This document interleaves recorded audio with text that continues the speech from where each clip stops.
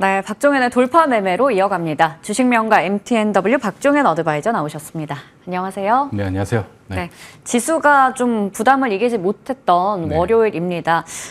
이런 상황에서 엔비디아 주가가 급락세를 이어가다 보니까 네. 또 AI 반도체주 조정이 계속 이어질 것 같습니다. 네. 그러니까 또 조선 같은 다른 테마 쪽으로 이제 수급이 쏠리기도 하더라고요. 네. 이러한 조정장을 어떻게 보시는지 궁금하고요. 종목 장세는 계속될까요? 네, 그렇죠.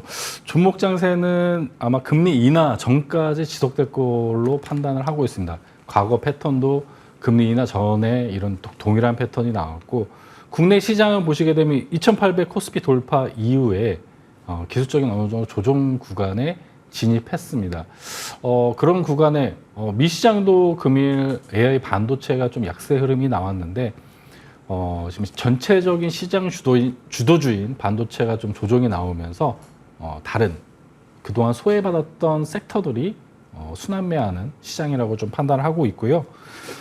지금 해외 시장 같은 경우는 지금 미 시장 같은 경우는 달러가 어느 정도 강세. 지금 대선 토론이 미국 남아 있습니다. 근데 트럼프가 지지율이 높아지면은 달러 강세가 나오면서 국내 시장 같은 경우 거기에 영향을 받아서 워낙 약세가 이루어지면서 외국인 수급이 이탈되는 현상이 나타나고 있기 때문에 종목 선정이 굉장히 중요하다. 지수에 대한 부분은 크게 의미가 없다.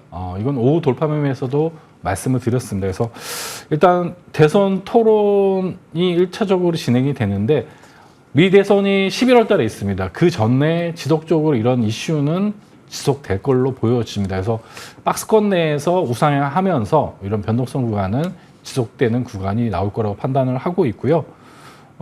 국내 시장 이런 매크로 환경이 악화되면서 또 뭐 유럽 쪽 그리고 중동 쪽 이런 지정학적 리스크가 좀 발생을 하면서 원화가 지금 원달러 환율이 1,400원 근처에 있습니다. 근데 이런 부분은 반대로 이전에 이런 매크로적인 부분 설명드렸듯이 원달러 환율은 반대로 1,400원대 위로 올라간다. 그러면 반대로 외국인 수급이 들어옵니다.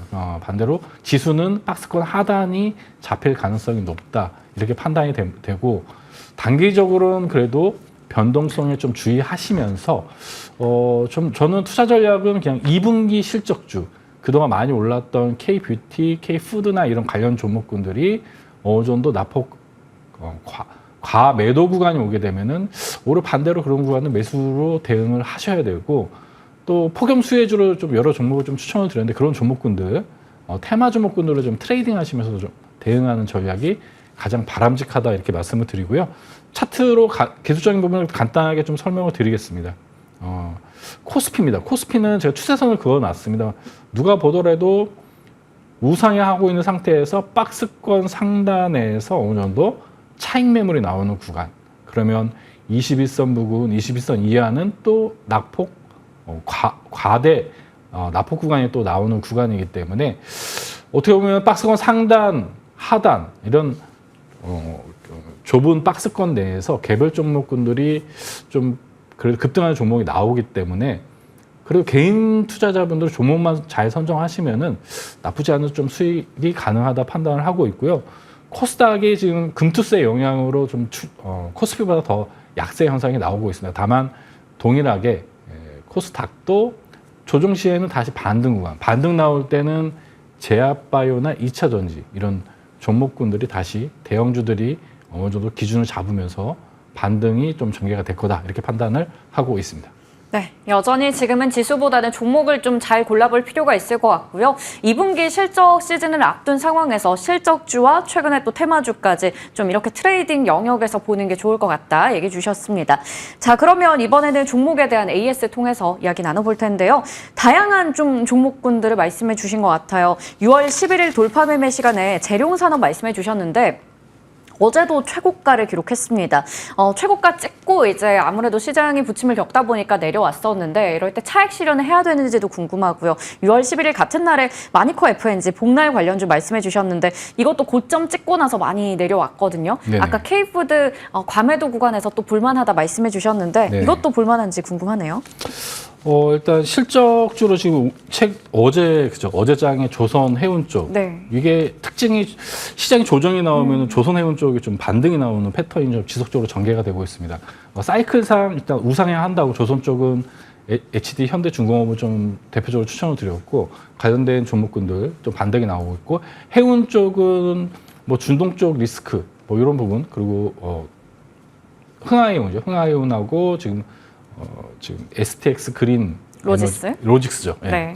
그런 종목군들이 좀 반등이 나오고 있습니다.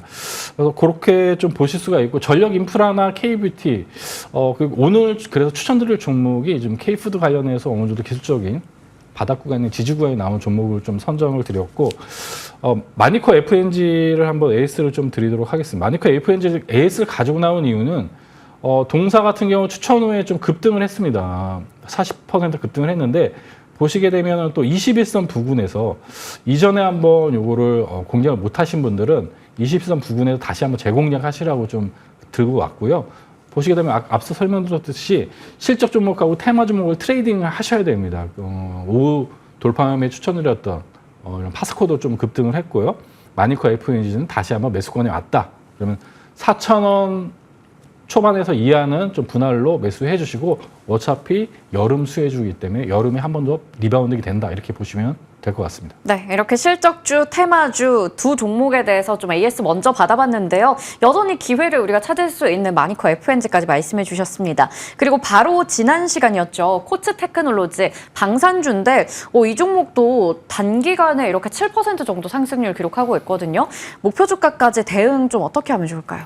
네, 좀 최근에 추천드렸던 종목이 시장 대비 네. 그래도 수익률이 나오고 있는데 코츠 테크놀로지는 이렇게 보시면 될 것 같습니다. 단기적으로 반등이 나오면 지정학적 리스크가 나오면 단기 수익도 가능하고 9월 달에 K2 관련해서 또 추가적인 수주에 대한 또 기대감이 있습니다. 그래서 좀 끌고 가실 분들도 3분기 나쁘지 않다 이렇게 판단하고 있습니다. 보시게 되면 기술적으로 이 추세선 상에서 어느 정도 하단을 지키면서 횡보 구간에 있습니다. 그래서 추후에는 지금 현재 24,000원을 종가 안착하면서 추후에는 좀 추세가 상단까지 올 걸로 보고 있기 때문에 단기적으로 그리고 스윙 투자적으로 괜찮다 이렇게 말씀드리겠습니다. 네, 단기적으로 스윙 투자 가능하다 말씀해 주셨습니다. AS 해보니까 확실히 실적주와 테마주 이렇게 골고루 볼 필요가 있다라는 게 지금 시장에서 얼마나 중요한지가 딱 느껴지는 것 같습니다. 자, 그러면 오늘 공개하실 종목도 볼 텐데요. 첫 번째도 실적주입니다. 앞서 말씀해 주셨던 K푸드 쪽인데 네. 흥국 F&B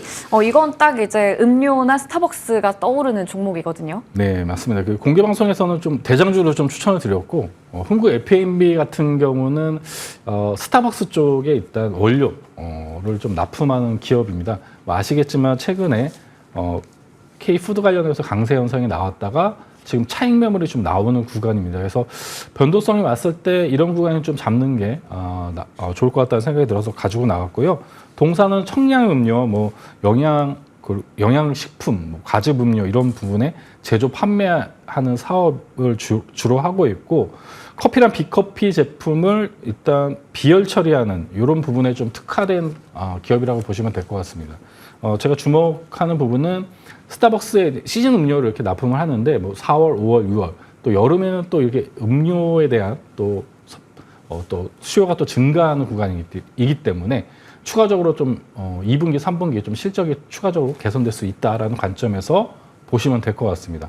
차트적으로 보시더라도 바닥 돌파 포지션이 2,400원 부근입니다. 그래서 동사는 2,400원 부근에서 어느 정도 기술적인 조정이 마무리가 될 걸로 보여지고 추가적으로 만약 조정 시에도 2,300원 정도 그 구간에 어느 정도 지지를 받는다면 다시 한번 또 기술적인 반등이 예상이 돼서 동사를 목표가를 일단 전고점 부근인 3,000원 제시 드리고 손절 라인의 전저점 2,400원 정도 잡아드리도록 하겠습니다.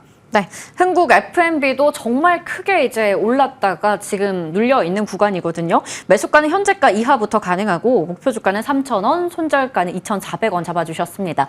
다음 종목도 마찬가지로 실적 돌파가 가능한 쪽인데요. 웨이브 일렉트로 다소 좀 생소하기도 한 종목인데 이게 LRG 넥스원 쪽이랑 또 연관돼 있다고 들었거든요. 네, 정말 관심도 없던 종목인데요. 네. 제가 어제 좀 종목을 찾아보다가 지금 개별 종목 장세이기 때문에 종목 선정이 굉장히 중요합니다. 근데 사실 웨이브 일렉트로는 좀 오래 하신 분들은 아시겠지만 이런 통신 장비주인데 제가 좀 이 종목을 가지고 나온 이유는 동사가 일단 이 방산 분야에서 지금 LRG 넥스원이 신곡 신고가 행진을 좀 하고 있습니다. 근데 동사가 공시를 좀 보시게 되면은 납품을 굉장히 많이 지금 진행을 하고 있습니다. 그래서 실제 흑자 전환을 했고 2분기 실적도 지금 개선되는 형태로 나올 가능성이 굉장히 높다. 공급 계약을 많이 했기 때문에. 그리고 통신장비 쪽도 올해는 어느 정도 이런 전방 산업이 이제 통신장비 쪽도 좋아지기 때문에 이런 기업들을 지금 구간에 좀 담아 두시면은 좀 괜찮은 수익이 좀 나올 거라고 좀 보고 있어요. 그래서 기술적으로 보시더라도 항상 뭐 추세 돌파 이런 부분을 말씀드리고 있는데 그거에 좀 부합된 종목 중에 하나라고 보시면 될 것 같아요. 기술적으로도 추세를 돌파했고 기술적으로 바닥 라인도 돌파를 했고 실적도 흑자 전환했고 좀 매력적인 종목 중 하나인 중소형 종목 중에 하나라고 좀 판단이 들고요. 동사는 원래는 이런 이동통신 쪽 핵심 모듈을 공급하는 업체인데 방산 사업 분야의 이런 정밀 타격용 유도무기 이런 부분을 유도 조정 장치나 이런 부분을 LIG 넥슨에 좀 지금 지속적으로 납품을 하고 있습니다. 방산 쪽은 이런 보안이 중요하기 때문에 한번 납품하게 되면 지속적으로 추가적으로 좀 납품이 좀 하반기에도 지속될 걸로 좀 보고 있고요.